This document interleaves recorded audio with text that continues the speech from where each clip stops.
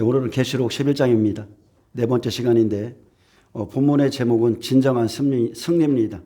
여러분, 믿음 안에서 진정한 승리가 무엇일까요? 진정한 승리는 그것은 순교 및 부활입니다. 믿음을 지키고 주님이 가신 그 길을 가고 주님이 살아나신 그 시에 다시 한번 부활하는 것이 가장 큰 믿음의 승리입니다. 계시록 11장은 특별한 장인데 특별히 오늘 본문의 7절에서 10절은 전 3년 반 중에서 특별히 6째나 팔 이제 1260일이 마치기 그 6개월 안에 있는 일들을 지금 설명하고 있습니다. 그래서 엘리야 때 제3년이 지난 후에 여호와의 명령을 따라서 엘리야가 아합에게 나가듯이 예수님 시대에는 예수님이 자기의 때가 이른 줄 알고 다시 한번 예루살렘으로 들어가시죠. 돌에 맞을 줄 알면서도 이제 때가 되니 들어가는 겁니다. 바울이 베드로가 죽을 줄 알면서도 로마로 들어가는 것처럼 증인들은 자기의 때를 알고 있습니다. 저는 예수님의 말씀대로 죽어야 사는 것을 믿습니다. 저는 죽어야 사는 것을 믿어요. 그렇게 이제 내가 육체 가운데 사는 것은 다른 이유가 없습니다. 나를 사랑하사 나를 위하여 자기 자신을 버리신 하나님의 아들을 믿는 믿음 안에서 사는 것이며 내 안에 사는 이가 지금 내 안에 사는 이가 내가 아니고 그리스도인 것을 알고 있기에 저는 죽음이 두렵지 않습니다. 우리가 세상 사람들처럼 썩어질 육신의 소욕을 따르지 않고 진정으로 자기를 부인하고 자기 십자가를 지고 예수님을 따르고 있다면 죽음은 우리에게 조금의 두려움의 대상도 아닙니다. 바울은 나의 간절한 기대와 소망을 따라 아무 일에든지 부끄러워하지 아니하고 지금도 전과 같이 온전히 담대하여 죽든지 살든지 살든지 죽든지 내 몸에서 그리스도가 존귀하게 되게 하려 함이니 이는 내가 사는 것이 그리스도니 죽는 것도 내게 유익함이라 했습니다. 아멘. 바울의 삶의 목적은 살든지 죽든지 내 몸에서 그리스도가 존귀하게 되는 것이었습니다. 여러분, 예수를 믿으면 없어지는 것이 있어요. 사는 것과 죽음의 경계선이 없어집니다. 예수님을 만나면 그래요. 그래서 살든지 죽든지 이래도 좋고 저래도 좋고 그냥 주 안에서는 감사할 뿐입니다. 너희에 대한 나의 자랑을 두고 단언하노니 나는 날마다 죽노라. 바울의 이 놀라운 고백처럼 이미 그리스도 안에서 그의 죽음과 연합한 사람들이 있습니다. 내가 그리스도와 함께 십자가에 못 박혔나니. 그리스도 안에서 죽은 자의 소망이 뭐겠어요? 여러분, 부활이겠죠. 그리스도 안에서 날마다 죽어야만 되는 그런 자의 소망은 여러분 부활입니다. 살아도 죽은 거예요. 죽은 것 같은데 또 살아있습니다. 참 희한하죠. 요한복음 11장 25절에 나는 부활이요 생명이니 나를 믿는 자는 죽어도 살겠고 무릇 살아서 나를 믿는 자는 영원히 죽지 아니하리니 이것을 내가 믿느냐? 여러분 믿습니까? 이것을 믿으세요? 다른 것을 믿고 있습니까? 이 말씀을 믿고 있습니까?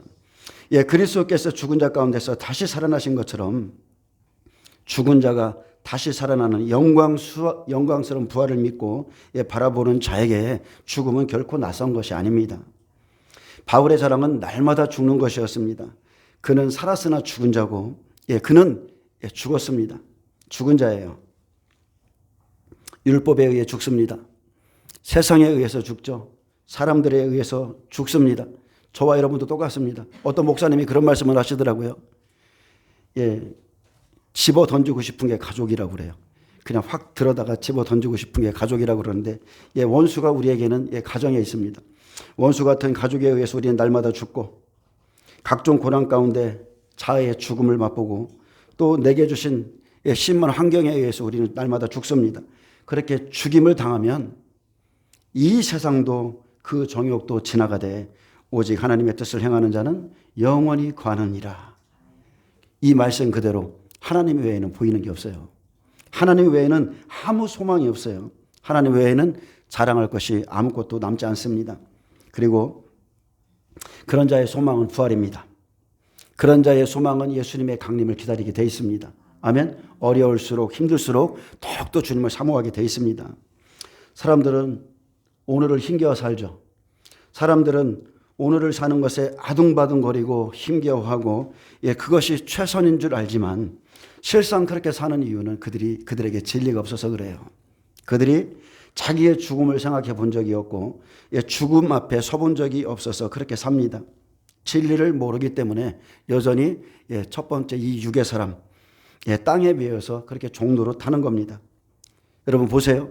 어느 날 내가 실제 죽음 앞에 서게 된다면, 내가 어느 날 시한부 선고를 받는다면 그때서야 정말로 모든 것이 하찮고 쓸모없는 것들임을 알게 됩니다. 여러분이 오늘 무슨 사고가 나서 응급실에 실려간다고 해봐요. 여러분을 대신할 것이 아무것도 없어요. 여러분의 죽음을 대신할 그 어떤 것도 없습니다. 죽음 앞에서 그 누구도 나를 대신해 줄 수 없습니다. 내가 좋아했던 것들, 하물며 내 가족들, 내 자녀조차 내 죽음을 상대해 줄 수 없다는 거예요.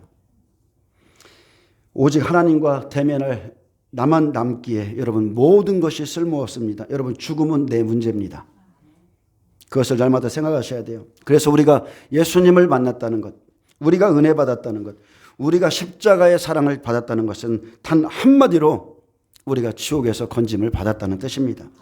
영원히 지옥 가야 될 내가, 깜깜하고 뜨거운 불못에서 영원히 우려야 될 내가, 십자가에 달려야 될 내가 예수님의 십자가의 은총으로 구속받았다는 거예요. 그런데 사람들이 이 구속의 가치를 잘 모릅니다. 깊이 생각하지 않아요.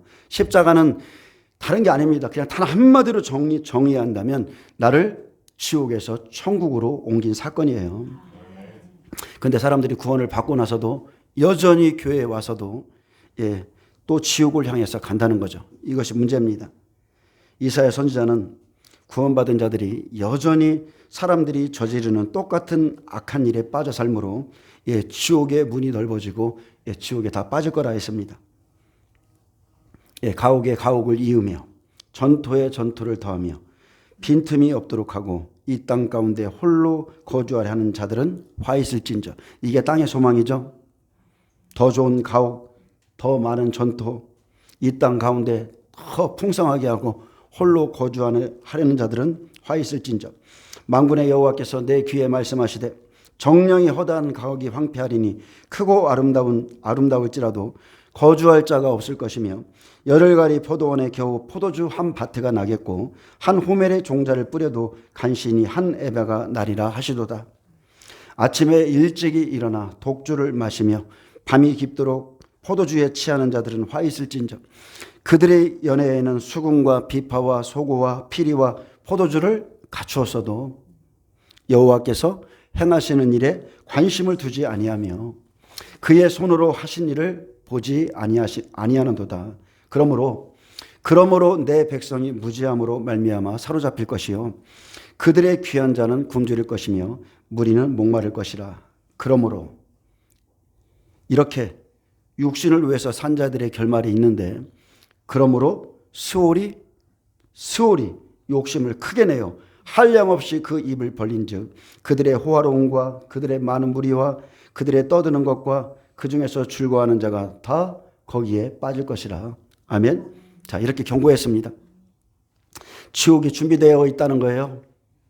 갈수록 지옥의 문이 넓어지고 있습니다. 여러분 이걸 느끼십니까? 지옥은 문을 활짝 더 열고 있어요. 갈수록 사람들이 악해지고 지옥이 한량없이 그 입을 벌리고 있어서 거기에 빠질 자가 넘쳐나고 있습니다. 많은 사람들이 그 길을 걷고 있다고, 그들이 많은 무리들이 떠든다고, 그것이 진리도 아니고, 여러분 그런 길로 가다 보면 우리가 다 지옥에 빠질 수가 있습니다. 그래서 베드로 사도는 근신하라 깨어라 너희 대적 마귀가 우는 사자같이 다니며 산길자를 찾나니 너희는 믿음을 굳건하게 하여 그를 대적하라 경고하고 있습니다. 여러분 올바른 믿음이 필요합니다. 히브리서 9장 27절 한 번 죽는 것은 사람에게 정하신 것이요 그 후에는 심판이 있으리니. 자, 모든 사람들이 죽습니다. 그런데 우리는 과연 어떤 죽음을 맞이할 것인가? 로마서 14장 11절에 주께서 이르시되 내가 살았노니 모든 무릎이 내게 무릎 꿇을 것이요 모든 혀가 하나님께 자백하리라. 그래서 나는 과연 내 인생을 마치고 하나님 앞에 서서 무엇을 직고할 것인가? 그날에 가서야 두렵건대 그날에 후회하며 나는 왜 이렇게 살았는가?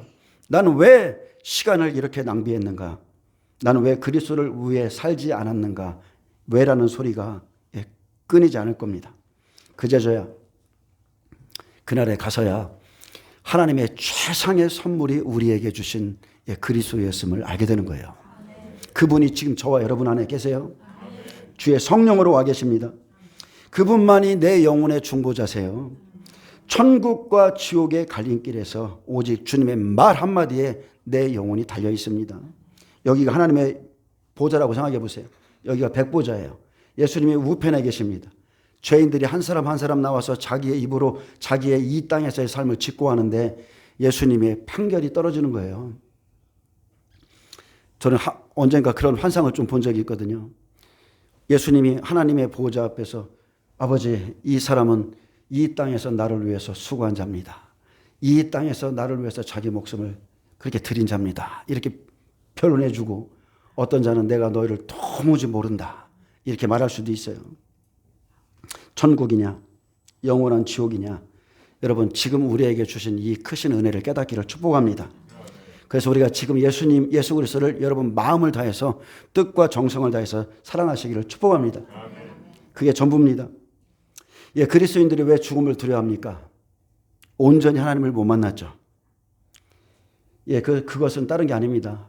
하나님의 생명으로 사는 것이 아니라 여전히 옛사람의 생명, 옛 생명, 옛 자아로 살기 때문에 그리스도인들이 죽음을 두려워합니다. 에베소 4장 17절에 보면 그러므로 내가 이것을 말하며 주 안에서 증언하노니 이제부터 너희는 이방인의 그 마음에 허망한 것을 행한 같이 행하지 말라. 그들의 총명이 어두워지고 그들 가운데 있는 무지함과 그들의 마음이 굳어짐으로 말미암아 하나님의 생명에서 떠나 있도다. 그들이 감각 없는 자가 되어 자신을 방탕에 방임하여 모든 더러운 것을 욕심으로 행하되 오직 너희는 그리스도를 그같이 배우지 아니하였느니라. 진리가 예수 안에 있는 것 같이 너희가 참으로 그에게서 듣고 또한 그 안에서 가르침을 받았을진데 너희는 유혹의 욕심을 따라 썩어져가는 구습을 따르는 옛사람을 벗어버리고 오직 너희의 심령이 새롭게 되어 하나님을 따라 의와 진리의 거룩함으로 지으신 새사람을 입으라. 아멘. 여러분 우리에게는 옛사람이 있고요, 새사람이 있어요. 우리에게는 겉사람이 있고 우리에게는 속사람이 있습니다. 우리가 구원을 받은 이후에도 옛사람을 벗어버리지 않으면 육신은 여전히 죄 아래 매어 있고 죄에 팔려가죠. 항상 죄에 팔려가는 존재이기에 여전히 육신의 일을 생각할 수밖에 없습니다. 마귀가 주는 생각이 육신의 생각입니다. 우리의 육체는 티끌은요 뱀에게 내어줬어요. 우리의 영 가운데는 예수님이 계시지만, 주의 성령이 계시지만 우리가 이 땅에 사는 동안에 이 흙의 장막집에는 여전히 뱀이 존재한다는 겁니다.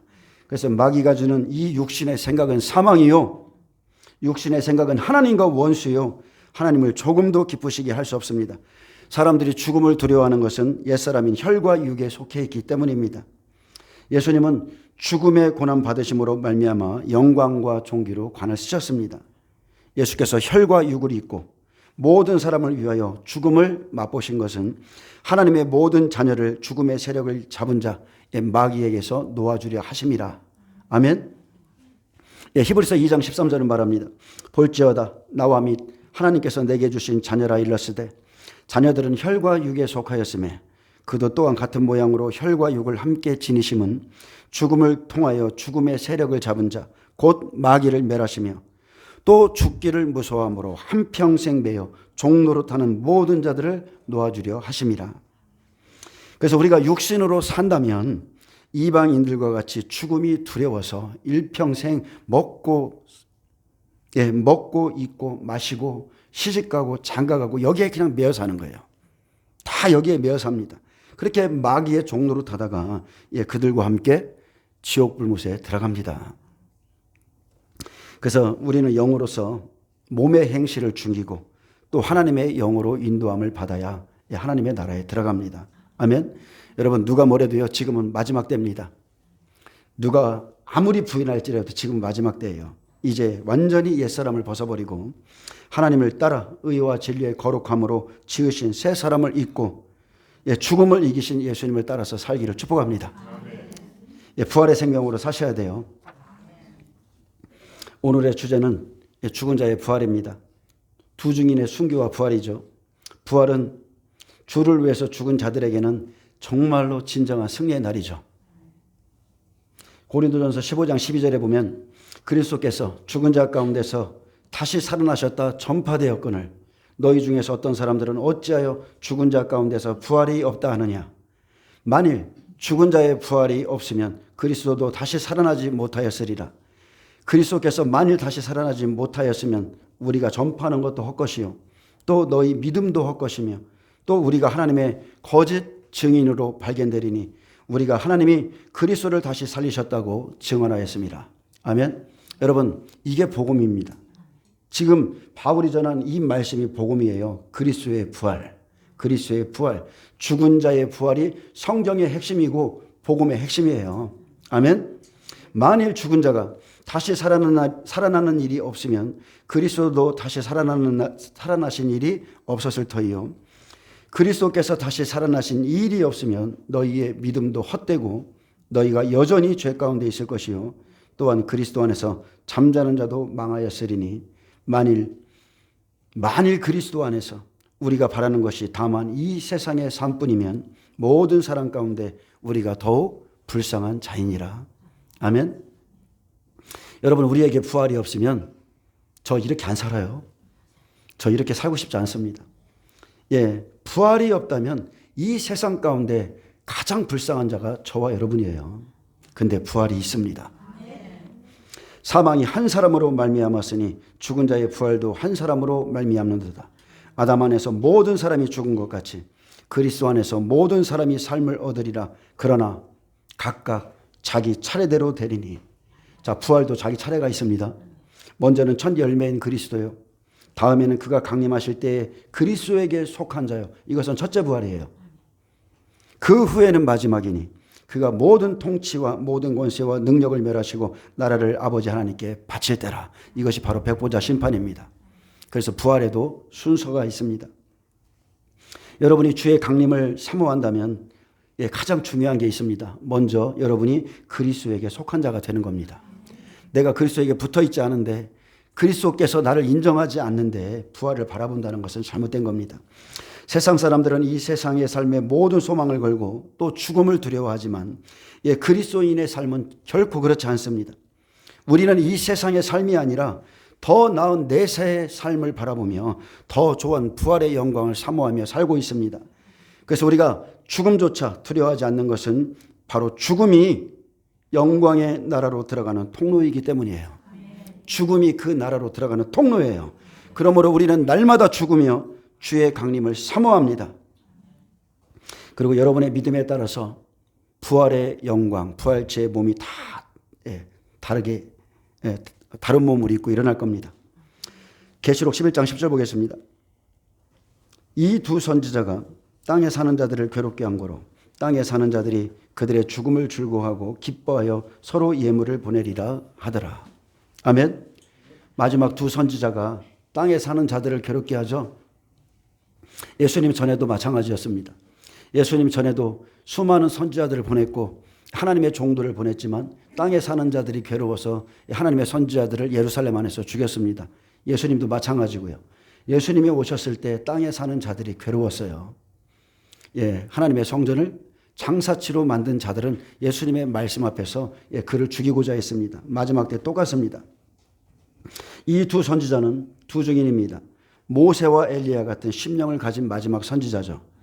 이 두 선지자가 땅에 사는 자들을 괴롭게 한 일은 바로 하나님의 그 예언적인 말씀이었고 회개의 선포였습니다. 하나님의 말씀은 어느 시대나 땅에 사는 자들을 괴롭게 합니다. 두 증인이 소멸하는 불과 같은 하나님의 말씀을 선포하며 회개를 촉구할 때 그 사람들의 양심이 괴로워서 그 선지자들이 미운 거예요. 말씀이 방망이같이 때리는데 회개는 안 돼. 근데 그 말씀은 맞아. 그러니 증인들을 죽이고 싶을 정도로 미움이 그냥 올라옵니다. 지금도 보세요, 여러분. 회개를 촉구합니다. 진리를 전합니다. 그러면 그 사람 속에 숨어있는 마귀가 그를 죽이고 싶을 정도로 미운 거예요. 그것뿐 아니라 땅에 재앙을 내리고 무역을 파괴하고 심판의 때가 왔다 전하고 물론 하나님께서 하시는 일임을 알지만 믿는다 말하는 사람 중에서 땅에 거하는 자들은 이런 소리를 듣는 것을 제일 싫어합니다. 이 땅에서 좀 누리고 싶은데 이 땅에서 그래도 좀 그게 땅에 소망이 있어요. 그렇기 때문에 죽으라. 주님이 오신다. 이렇게 말하면 왜 내 때에 오느냐? 왜 이제 좀 살만한 늦게 오느냐? 막 이러면서 그냥 미운 거예요. 그렇게 계시록 11장 10절에 보면 자, 이런 사역을 마치고 자, 무저갱으로부터 올라오는 그 짐승에 의해서 두 증인이 죽었을 때 이 증인들의 시체가 거리에 장사되지 않은 채 있는 것을 보면서 이 사람들이 즐거워합니다. 즐거워할 뿐 아니라 서로에게 선물을 교환하죠. 이러한 당시의 관심은 증인들의 죽음을 기뻐하며 축제를 벌이는 것을 의미합니다. 축제의 날이다. 우리를 괴롭게 하던 자들이 죽었다. 전 3년 반 1260일 동안 두 증인이 말한 대로 이루어진 그 사실을 보고도 하늘에 속한 말을 듣지 못하고 깨닫지 못하는 자가 여러분 땅에 속한 자들입니다. 다른 말은 다 듣습니다. 근데 희한하게 하나님의 말씀은 도무지 들리지 않습니다. 이 사람의 영이 땅에 속해 있기 때문에 그래요. 땅에 사는 자들이 그들의 죽음을 즐거워하고 기뻐하여 서로 예물을 보내리라 하더라. 자, 이 사람들은 길한 것을 말하지 않습니다. 심판의 메시지죠. 흉한 것만 예언하던 두 증인이 죽은 것을 기뻐서 땅에 속한 자들이 서로 예물을 드리고 기뻐하지만 그들의 기쁨과 축제는 3일 반이라는 아주 짧은 기간으로 끝나게 됩니다. 그들의 기쁨 잠시예요. 그들은 두 증인의 죽음을 통해서 자신들이 승리자라 생각했지만 여러분 죽음은 끝이 아닙니다. 죽음은 끝이 아니에요. 하나님의 영광을 위해서 그들을 내어줬을 뿐이에요. 하나님은 3일 만에 죽은 자들을 다시 살리실 것을 계획했기에 그들이 두 발로 일어서므로 그들은 자신들이 진정한 패배자임을 알고 두려움과 공포에 사로잡혀 떨게 됩니다. 여러분 죽음은 결코 끝이 아닙니다. 정말 죽음이 끝이었다면 만일 우리가 바라는 것이 이 세상의 삶뿐이었다면 저와 여러분은 모든 사람 가운데 정말 가장 불쌍한 사람들입니다. 저도 좀 놀 줄 아는 사람인데 이 세상의 삶이 전부라면 저 이렇게 안 살아요. 1년 365일 교회 안에 있습니다. 어디 한번 가본 적이 없어요. 근데 더 나은 내세의 부활, 하나님의 영광을 위해서 이 세상의 삶을 포기한 겁니다. 아멘. 계시록 11장은 두 증인에게 준 1260일의 사역 기간 중에 전 3년 반의 사역 기간 중에 6째 나팔, 오늘 본문이 그겁니다. 6째 나팔 6개월 동안 사역한 두 증인의 순교와 부활을 보여주는데 열왕기상 18장 1절에서 19절에 보면 엘리야 시대를 통해서 자, 환난 안에서 일어날 일을 미리 보여주고 있죠. 자, 3년 만에 나타나서 6개월 안에 있는 일을 보여주고 있죠. 아합이 그래서 이 6개월의 시간은 6째 나팔은 여러분 두 번째 화죠. 두 번째 화의 시간이에요. 백배들 중에도 잘 믿음을 버티고 오다가 백배들 중에도 배도자들이 나온다. 믿음에서 떨어지는 자들이 나와서 두 번째 화를 당한다. 그 부분에 대해서 말씀드리는 겁니다. 열왕기상 18장을 펴시기 바랍니다. 자, 아합이 엘리야를 잡으라고 각 나라에 명령을 내리는데 이때 증인을 살려주는 자가 있다면 대신 목숨을 바치라. 이런 공문을 각 나라 각 족속에 보냅니다. 그래서 우리가 마지막 시대로 비춰본다면 전 세계적으로 증인들을 예수를 믿는 자들을 잡아 죽이라는 명령이 얼마나 엄격하게 시행될 줄을 우리가 알 수 있습니다. 바로 이 절에는 5개월 환란에서 60배들을 지키는 일을 오바댜가 했었고 또 엘리야가 아합을 만나는 것까지 기록되어 있죠. 엘리야가 적그리스도를 만나는 것까지 기록되어 있습니다. 열왕기상 18장 1절입니다. 많은 날이 지나고 제3년에 여호와의 말씀이 엘리야에게 임하여 이르시되 너는 가서 아합에게 보이라 내가 비를 지면에 내리리라. 자, 이 시간이 정확하게 6개월이죠. 3년 만에 나가서 우상 숭배자들을 하나님을 섬기는 자와 우상 숭배하는 자들을 완전히 갈라놓고 그리고 내려오는 시간이 3년 6개월 비가 내리는 시간입니다. 자, 많은 날을 지내고 제3년은 3년에 이것은 전 3년 반의 모양이고 엘리야가 기근을 선포하고 잠시 숨어 있다가 다시 3년 만에 아합에게 나타났듯이 6째 나팔 6개월의 시간 동안의 일을 보여주고 있습니다. 기근이 임하고 3년부터 비가 내리는 6개월 사이에 있을 모양으로 자, 우상 숭배자들을 다 드러내고 그리고 심판하고 내려오면 정확하게 3년 6개월입니다. 그러면 전 3년반이 마치죠. 그러면은 그렇게 큰 사역을 했던 엘리야가 두려워서 산으로 도망가죠. 왜 그래요? 후 3년반은 이세벨의 권세이기 때문에 이세벨의 말 한마디에 엘리야가 두려워서 그 호렙산으로 도망가는 겁니다. 그 산은 다른 차원으로 넘어갔다. 하나님의 나라에 들어갔다. 그렇게 보시면 돼요. 때가 되면 예수님께서 순교하려고 때가 되자 우리가 초림에 보면 예수님께서 순교하려고 다시 예루살렘에 들어가신 것처럼 엘리야도 아합에게 나갑니다. 예수님은 공생애 3년이 지나자 무화과나무의 때가 아닌데도 열매 없는 무화과나무를 보면서 저주했고 주인에게 다시 한번 간청했습니다. 금년만 참아주소서. 내가 걸음을 주고 그렇게 말하면서 조금만 더 기다려 달라 했죠. 그것이 바로 6개월이에요. 6개월입니다. 예수님께서 예루살렘에 들어갈 때 이스라엘 백성들은 종려나무까지, 이것은 의인의 나무인데 종려나무까지를 들고 예수님을 기쁘게 맞아 주었지만 자, 그들의 마음에는 뭐가 있었어요? 우상이 들어 있었어요. 우상으로 가득 차 있었습니다. 근데 손에는 의인인 듯이 종려나무를 들고 있었지만 그들의 마음에는 하나님보다 돈을 더 사랑했고 하나님보다 가이사를 더 섬겼고 그들 안에는 그들은 우상 숭배하고 있었어요. 결국 그들이 예수님을 죽였습니다. 마지막 때 똑같습니다. 하나님은 바울이 사명을 마칠 때가 되자 로마로 가라는 감동을 줬습니다. 이것은 너무나 큰 감동이에요. 그곳이 바울의 순교지죠. 그곳이 자신의 죽을 곳인 줄을 바울은 알고 있었습니다. 이 하나님이 주신 감동이 너무나 확실해서 어떤 예언자들이 와서 바울에게 말했습니다. 그곳에 가면 죽을 거다. 손에 띠띠고 다닐 것이고 죽을 거라 말해줘도 바울이 받은 그 감동 밑에 있는 거예요. 예언도 여러분 격이 있습니다. 그래서 그 길을 막지 못하는 겁니다. 죽을 줄 알면서도 들어가는 거예요. 마찬가지로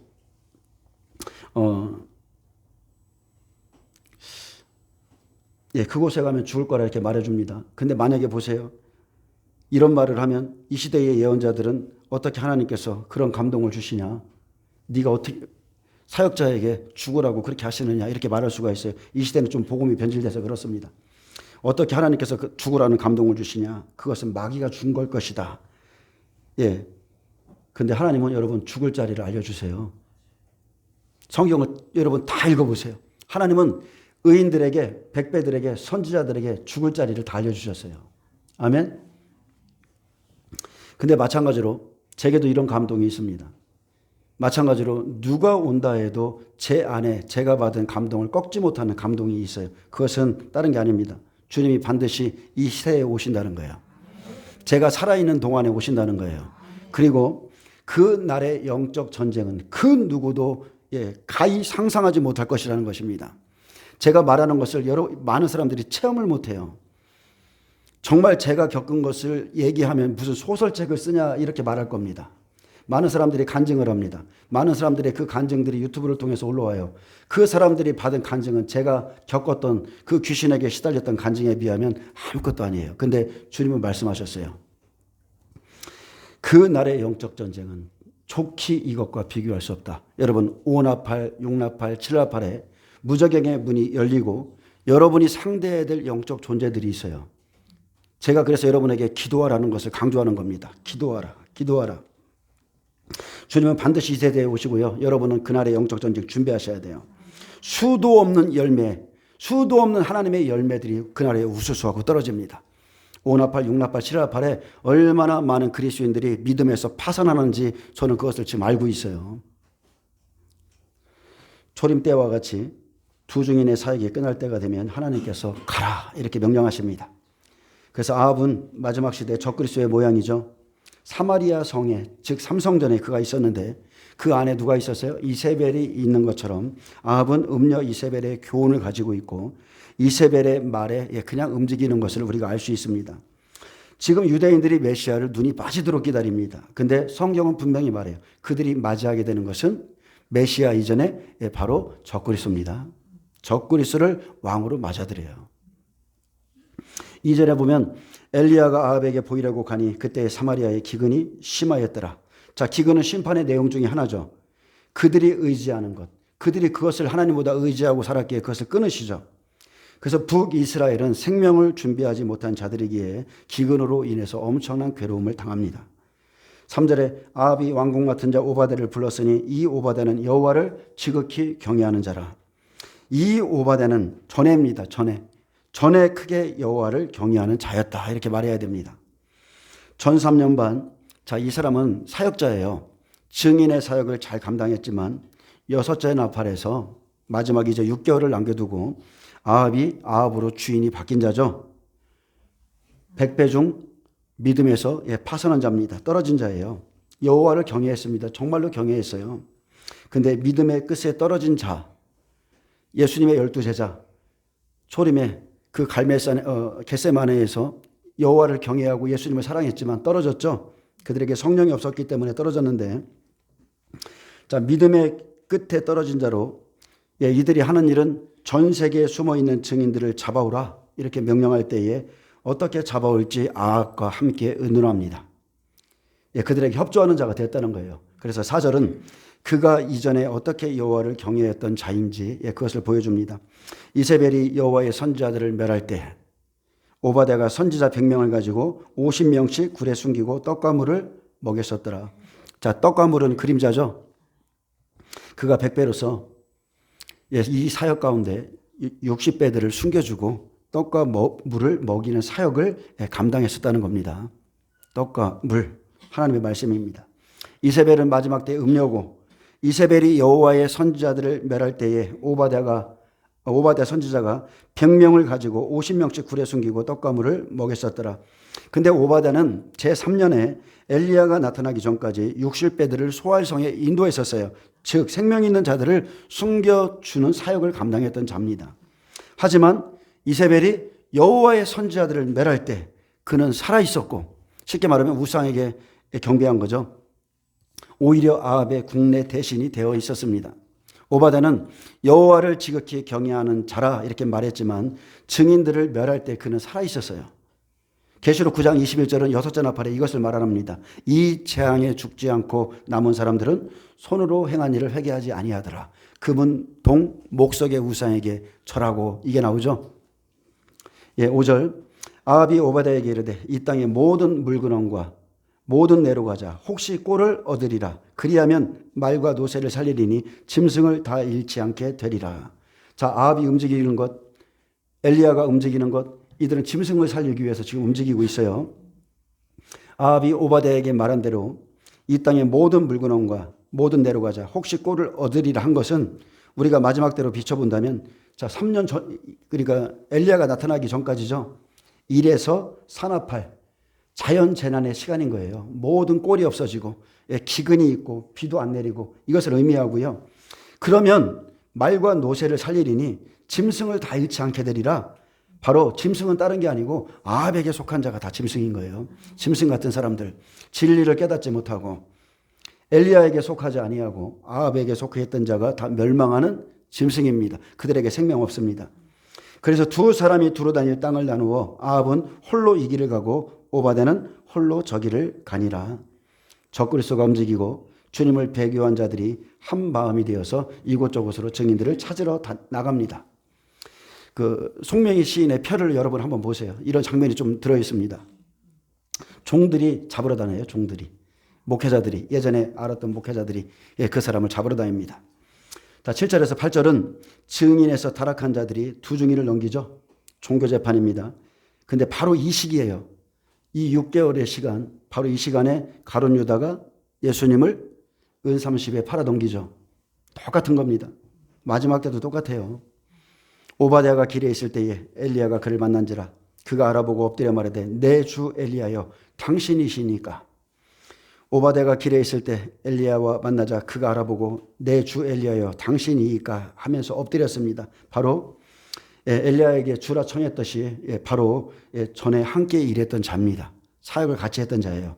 엘리야는 두 증인 같이, 오바댜는 마지막 때 100배 사역을 감당하면서 1003년 반 같이 일했던 자인데 여섯째 나팔에서 떨어지는 거예요. 그가 그에게 대답하되 그러하다 가서 내 주에게 말하기를 엘리야가 여기 있다라. 여기서 내 주는 히브리어 아도니입니다. 내 주, 내 주권자, 내 통제자, 내 주인, 내 소유자에게 가서 말해라 이 소리예요. 가서 내 주에게 말하기를 엘리야가 여기 있다 하라. 아합으로 주인이 바뀌었습니다. 그래서 아합이 엘리야를 죽일 권세를 가진 게 아니라 예수님 때와 똑같죠. 스스로 나가는 거예요. 죽으러 나가는 겁니다. 이르되 내가 무슨 죄를 범하였기에 당신이 당신의 종을 아합의 손에 넘겨 죽이게 하려 하시나이까. 당신의 하나님 여호와께서 살아계심을 두고 맹세하노니 내 주께서, 자 아합을 주로 고백합니다. 내 주께서 사람을 보내어 당신을 찾지 아니한 족속이나 나라가 없었는데 그들이 말하기를 엘리야가 없다 하면 그 나라와 그 족속으로 당신을 보지 못하였다는 맹세를 하게 하였거늘. 자 9절에 보면 오바댜가 아합을 얼마나 두려워하고 있는지를 보여줍니다. 오바댜가 아합에게 가서 엘리야가 여기 있다 말했는데 하나님께서 혹여나 엘리야를 옮기시면 자기가 죽을까를 두려워했습니다. 엘리야의 생명이 아니라 자기가 죽을까를 두려워하는 거예요. 오바댜는 엘리야가 성령이 이끄는 사람임을 알고 있었기에 혹시나 보고를 했다가 엘리야가 없어지면 죽을 것을 두려워했고, 당신이 당신의 종을 어떻게 아합에게 넘겨주느냐 말하면서 엘리야를 속이고 있었지만 엘리야는 그가 주인을 바꾼 것을 다 알고 있었습니다. 자기도 모르는 사이에 내 주라고 아합을 칭했고 당신을 찾지 아니한 족속이나 나라가 없었다 말했습니다. 그래서 아합이 각 나라 각 족속에 명령을 내리고 엄한 법을 세워서 다스리는 때가 이 마지막 때입니다. 아멘. 여러분 이것을 우리 시대의 말씀으로 비춰보셔야 돼요. 성경은 2중 3중 예언이 들어있습니다.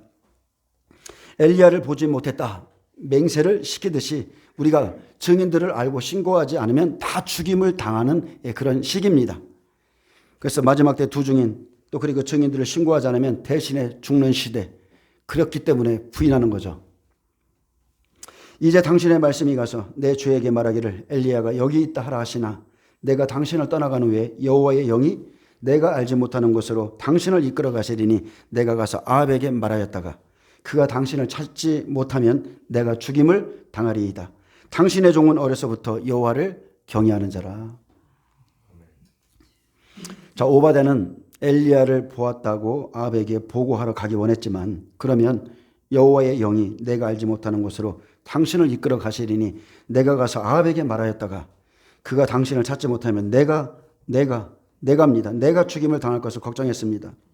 오바댜는요 증인 사역을 감당했던 자입니다. 그래서 하나님의 영이 어떻게 움직이는지를 알고 있어요. 여러분 사역을 해보면 알아요.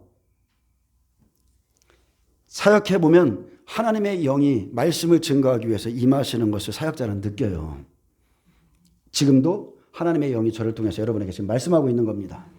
그렇기 때문에 하나님의 영이 혹여나 엘리야를 끌고 가서 자기가 대신 죽임을 당할까 봐 그것을 걱정했습니다. 그런데 성령이 빌립을 이끌어가죠. 생명을 주기 위해서 이디오피아 내시에게 생명을 주기 위해 성령이 37km나 떨어진 곳에 순간적으로 이동을 시키듯이 주의 영이 그렇게 증인을 데려간다는 것을 알고 있었습니다. 그리고 나서 이 사실을 말하고 당신의 종은 어려서부터 여호와를 경외하는 자라 말했습니다. 이것은 이전의 그의 믿음입니다. 지금은 배도한 자죠. 배도했음에도 불구하고 과거의 모습으로 사람들 앞에 다가가는데, 근데 여러분 우리가 진짜 하나님을 경험한 자는 아합에게 차라리 내가 죽을지언정 결코 이런 일 안 합니다. 지옥을 본 자, 하나님이 살아계심을 진짜 아는 사람은 내 형제들 팔아넘기지 않아요. 절대 못 팝니다. 내가 엘리야를 보았다고 하면서 찾지 못하면 대신 죽어야 되는 법이 있지만, 자, 바알과 아세라에게 경배한 자, 아합과 이세벨 안에서 우상 숭배로 이렇게 떨어진 자들은요 절대 회개하지 못합니다. 그날에 하나님의 영이 떠나시기 때문에 회개가 안 돼요. 우상 숭배자는 결코 회개하지 않습니다. 그래서 계시록 9장 21절에 회개하지를 못하는 거예요. 아무리 사역을 잘 감당하고 기적과 이사와 표적을 행할지라도 자기의 때 죽음 앞에 설 때는 여러분 혼자입니다. 제가 오늘 여러분에게 메시지를 전하면서 핵심은 이거예요. 여러분 죽음 앞에 혼자예요. 이때 진짜 믿음이 나옵니다. 여러분 사역이나 직분이 그 사람의 믿음이 아닙니다. 그 사람의 은사와 예언이 그 사람의 믿음이 아니에요. 그것은 지금 하나님의 영이 나에게 사역하는 동안에 잠깐 쓰시라고 부어준 것뿐이에요. 기적과 병고침, 예언, 귀신을 쫓아내는 것, 그것은 믿음의 척도가 아니에요. 믿음의 척도랑은 아무 상관없습니다. 그냥 사역할 때 하나님의 영이 그 사람을 쓰심으로 성령이 그 사람을 쓰고 천사들이 돕지만 죽음 앞에 설 때는 천사가 함께하지 않습니다. 성령님도 우리가 입으로 예수님을 시인하고 부인하고 하는 거 우리에게 관여하지 않아요.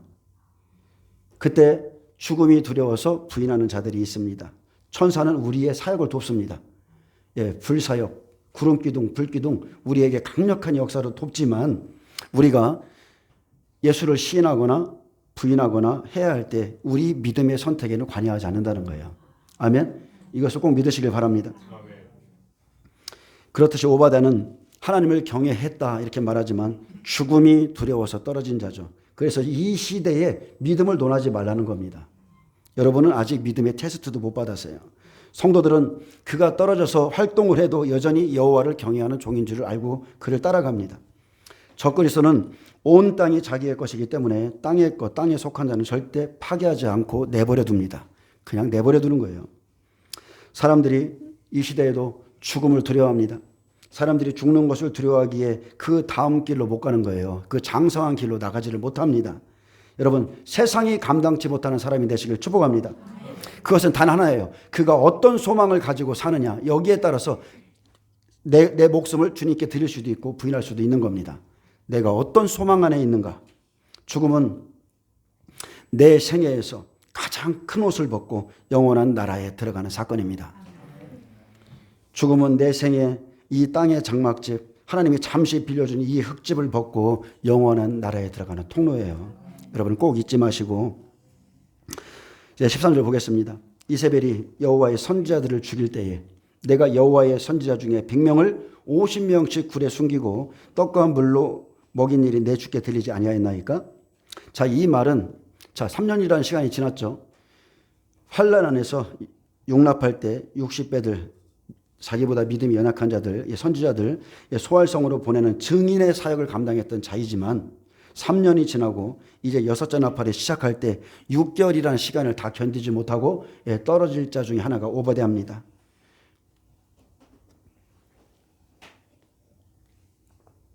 여러분 욥기 1, 2장에 보면 믿음의 구분을 나눠놨습니다. 욥기 1장은 자연재난이죠. 사탄이 하나님의 보좌 앞에 가서 참소하는 게 틀리고 2장에 다시 올라가서 참소하는 게 틀려요. 그렇듯이 욥기 1장에 1에서 사나팔입니다. 자연재난으로 욥의 모든 소유를 다 칩니다. 근데 2장은 틀리죠. 사탄이 여호와 앞에 나가서 다시 욥을 참소할 때 이렇게 말합니다. 가죽으로 가죽을 바꾸오니 사람이 그의 모든 소유물로 자기의 생명을 바꿔올지다. 오바다의 믿음이 여기까지인 거예요. 제가 말하는 의미를 여러분 잘 아셔야 돼요. 자기의 생명에 직접적인 해가 없어질 때에 여호와를 경외했고 그는 선지자들을 도왔습니다. 근데 이제 주의 손을 펴서 그의 뼈와 살을 치소서 그리하시면 틀림없이 주를 향하여 욕하지 않겠습니까? 여호와께서 사탄에게 이르시되 내가 그를 내 손에 맡기노라. 이렇게 하면서 죽음 앞에 서면 생명의 위협이 오면 진짜와 가짜가 그날에 드러나는 겁니다. 아멘.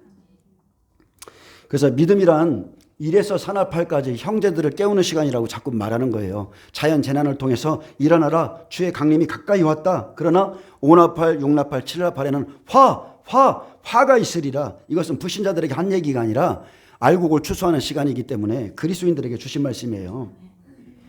생명의 위협이 올 때 5나팔, 6나팔, 7나팔에서 이제 실제적인 화가 있다. 근데 그래서 마태복음 24장 13절에 그러나 끝까지 견디는 자는 구원을 얻으리라. 그래서 이 말씀을 주신 거예요. 전 3년 반 마치기 바로 전에 멸망에 가증한 것이 서기 전에 이 말씀을 주신 겁니다. 후 3년 반 적그리스도가 서기 전에 이 말씀을 주신 거예요. 그래서 그리스도 안에서 자기 목숨을 얻고자 하는 자, 그리스도 안에서 살고자 하는 자, 그리스도 안에서 순교를 생각하지 않는 자는 그날의 죽음이 두려워 다 떨어집니다. 14절 이제 당신의 말씀이 가서 내 주에게 말하기를 엘리야가 여기 있다 하라 하시니 그리하면 그가 나를 죽이리이다. 엘리야가 이르되 내가 섬기는 만군의 여호와께서 살아계 계심을 두고 맹세하노니 내가 오늘 아합에게 보이리라. 엘리야는 그냥 가는 게 아니고 죽음의 장소에 하나님의 명령을 받고 나갑니다. 여러분, 하나님의 이런 감동이 필요합니다. 그리고 여호와의 이름으로 맹세한 것은 여러분 반드시 이루어집니다. 반드시 이루어져요. 오바댜가 가서 아합을 만나 그에게 말하매. 자, 아합을 만났죠. 그에게 가서 다 이 일 저 일을 다 말합니다. 자, 바로 배교한 자들이 이런 일을 합니다. 떨어진 자들이 이런 일을 하는 거예요.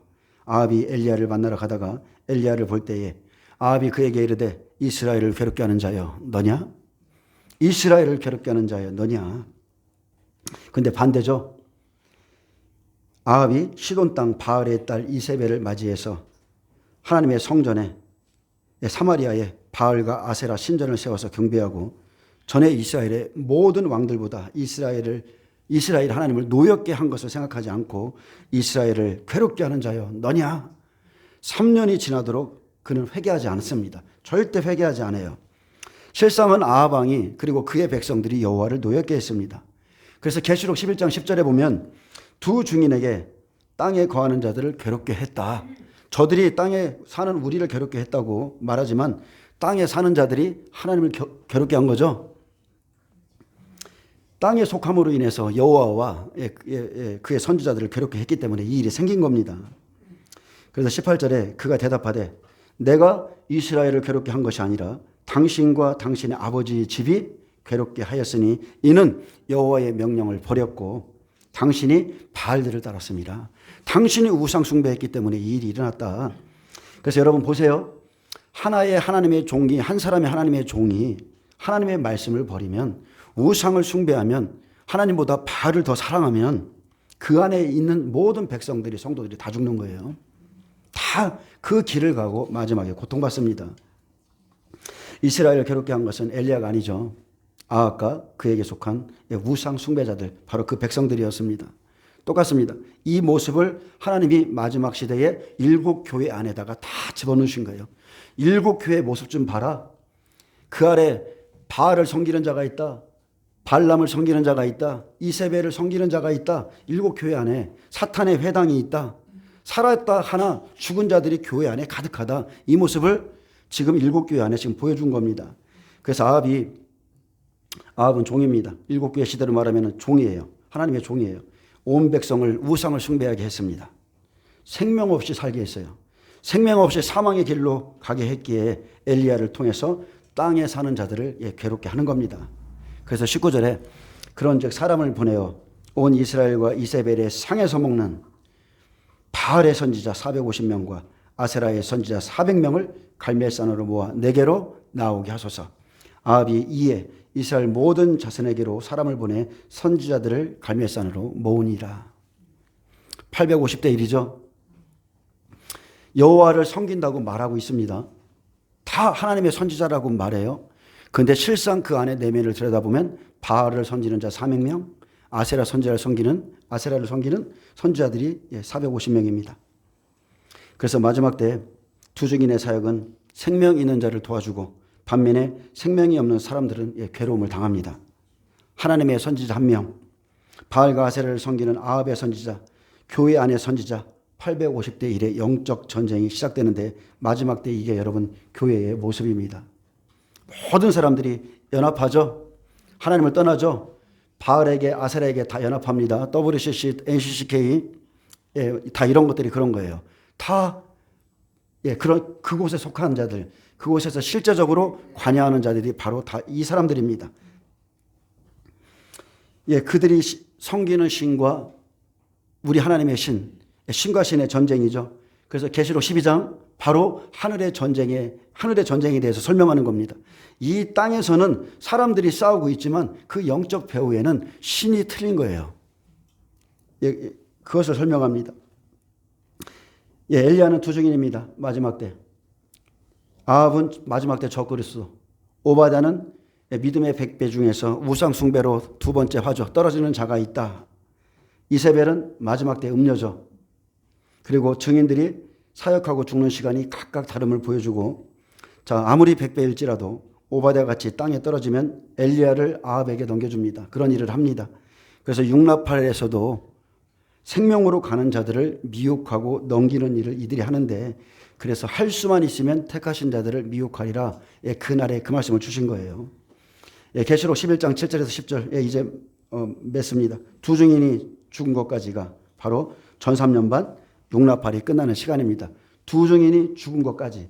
그러니까 두 증인이 1260일을 예언하는 그 순간부터 죽은 것까지가 전3년 반 1260일이 마친 시간이에요. 그럼 바로 무슨 일이 일어나요? 그 11절부터 이제 부활이 일어나죠. 그래서 계시록 6장 9절에 하나님의 말씀과 그들이 가진 증거로 말미암아 죽임을 당한 모든 장자들의 순교자의 수가 다 차는 겁니다. 어떤 사람이 그래요. 100배가 무엇입니까? 장자가 무엇입니까? 여기 답이 나왔습니다. 하나님의 말씀과 그들이 가진 증거로 말미암아 죽은 자들입니다. 이들이 100배예요. 이 일로 땅에 사는 자들이 기뻐하고 서로 예물을 돌리고 잔치하지만 그들의 기쁨은 그냥 3일 반입니다.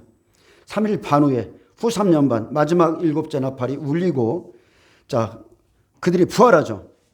예수님께서 장사된 지 3일 후에 부활하시듯이 죽음에서 두 발로 일어납니다. 놀라운 이 영광.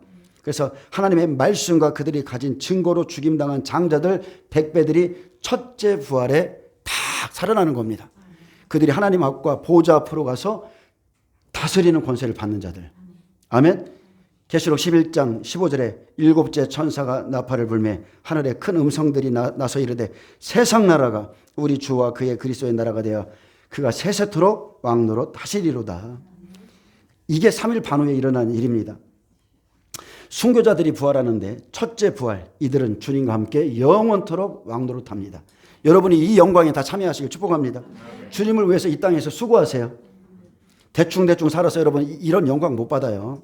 저와 여러분 모두가 이렇게 부활의 산 소망을 가지고 사셔야 됩니다. 우리는 죽은 자의 부활 믿습니다. 우리가 죽어야 사는 것을 믿어요. 그렇기 때문에 우리는 매일 사도신경에 고백을 하는 거예요.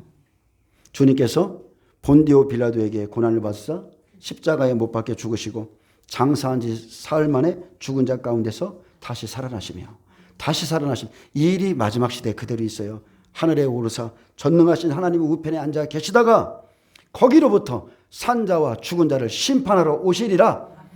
마지막 7째 나팔 예수님의 강림, 공중에서 소리가 나서 이리로 올라오라. 여러분의 이름이 다 불려주기를 예수님의 이름으로 축복합니다. 바로 여기서 사망을 이기고 다 사람들이 일어나는 겁니다.